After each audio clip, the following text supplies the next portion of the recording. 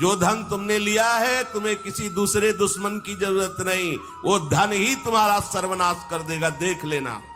ये भूमि है, जैसे एक दाना फेंको तो सैकड़ों दाना पैदा कर देती, इसे कर्म भूमि कहते हैं। तुम्हारा कर्म बहुतायत होकर तुम्हें फल देगा, अच्छा या बुरा, जैसा कर्म किया है विश्व तुम्हें सम्मान देगा। यदि तुम विश्वेश्वर भगवान श्री हरि का नाम जप करोगे, उनका आश्रय। पर ये मार्ग ही किसी को नहीं समझ में आता। या कभी किसी को पानी नहीं पिलाया तो एक बूंद पानी नहीं मिलेगा तुम्हें। ये कर्म भूमि है। अपने शरीर को स्त्री पुत्र गृह पशु धन बंधु बांधवों को इतना प्यार कर लेता है कि उसे लगता है कि बस ये सब हमारे समीप रहे, इससे बड़ा भाग्य मेरा और कोई नहीं हो सकता।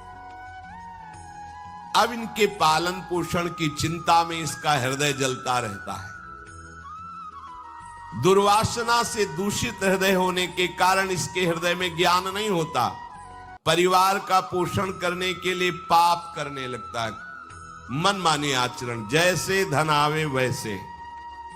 ध्यान रखना, यदि आपने किसी निर्दोष को दंड विधान किया है किसी पदवी पे बैठ के, या किसी असहाय असमर्थ को अपने बल के द्वारा रौंद करके तुमने धन लिया है, या छल कपट हिंसा के द्वारा तुमने धन लिया है, तो किसी दूसरे की जरूरत नहीं तुम्हारा नाश करने के लिए, वो धन ही पर्याप्त है।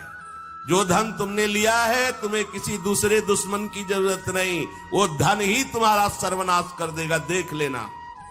देख लेना, खुद अनुभव कर लेना। इसी जीवन में तुम्हें अनुभव होगा कि मैंने बहुत गलत किया है। मरते समय तक तुम्हें बोध हो जाएगा कि तुमने क्या किया है।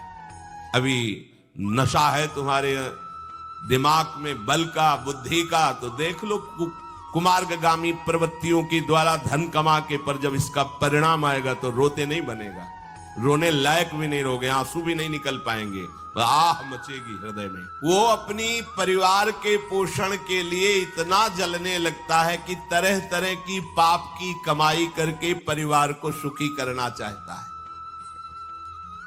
हे माता जी, वो धन वस्तुएं कमा के लाता है और उल्टा स्त्रियों के द्वारा संभोग आदि के समय प्रदर्शित किए हुए माया में कपटपूर्ण प्रेम को वो अपना जीवन समझ लेता है।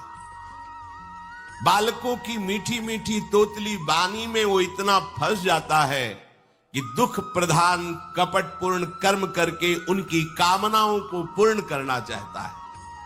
दूसरे बेटे का अपहरण करके उसकी हत्या भले हो जाए पर मेरा बेटा सुखी रहे। कैसे ऐसा हो सकता है? ऐसा कैसे हो सकता है? अगर किसी को तुमने 100 आंसू गिराए हैं तो 10,000 आंसू तुम तैयार रखो, तुम्हारे 10,000 आंसू गिरेंगे। तुमने किसी को अगर एक बार भी कटुवचन बोला है तो 10 बार तुम्हें कटुवचन सहना पड़ेगा। ये भूमि है, जैसे एक दाना फेंको तो सैकड़ों दाना पैदा कर देती, इसे कर्म भूमि कहते हैं। तुम्हारा कर्म बहुतायत होकर तुम्हें फल देगा, अच्छा या बुरा, जैसा कर्म किया है। अब वो सोचता है कि धन के द्वारा हम अपने और अपने परिवार के दुख का नाश कर लेंगे। इसी में वो सुख मानने लगता है कि एन केन प्रकारेण दंभ कपट पाखंड झूठ हिंसा दुराचार व्यभिचार, कैसे भी हो धन मिलना चाहिए।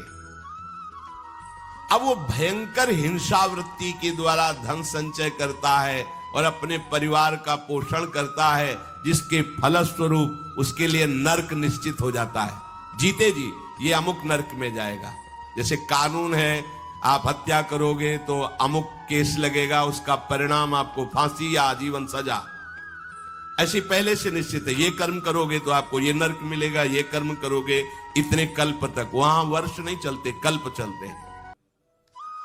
स्वयं तो उनके खाने पीने से बचे हुए जूठे अन्न को खाकर सुख पाना, बच्चे का जूठा, परिवार का अच्छा लगा, मेरा परिवार, और वैसे ही दूसरे परिवार का नाश करके, हिंसा करके वो धन कमाता है। जब ऐसा कोई करता है तो बार बार प्रयत्न करने पर भी दुख हटता नहीं, दुख बढ़ता चला जाता है। लोभवश वो इतना अधीर हो जाता है कि उसे जीवन भार लगने लगा। अब क्या करूं, कैसे करूं? क्योंकि अधर्म के द्वारा कमाया हुआ धन कभी शांति प्रदान नहीं करता, सदैव दुख बढ़ाता रहता है, विपत्तियां बढ़ाता रहता है। मंद भाग्य, मंद बुद्धि वाला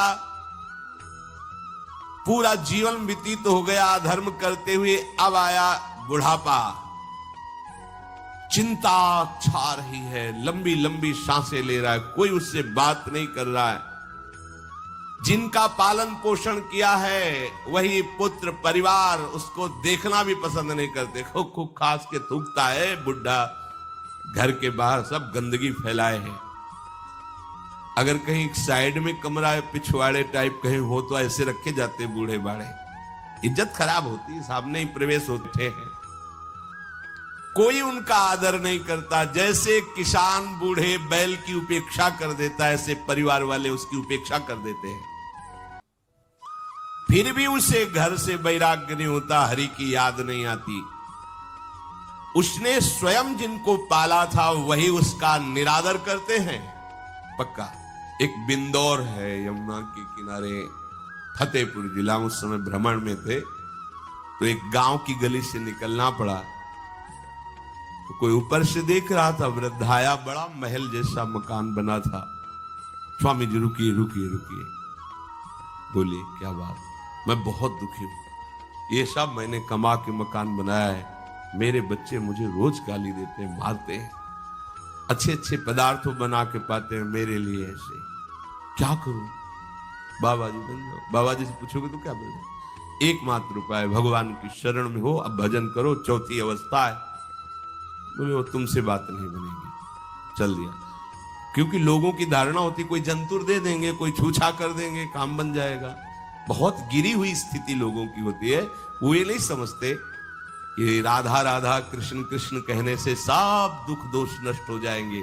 तुम्हारा परिवार क्या तुम्हें विश्व प्यार करने लगेगा। जा पर कृपा राम की हुई, ता पर कृपा कर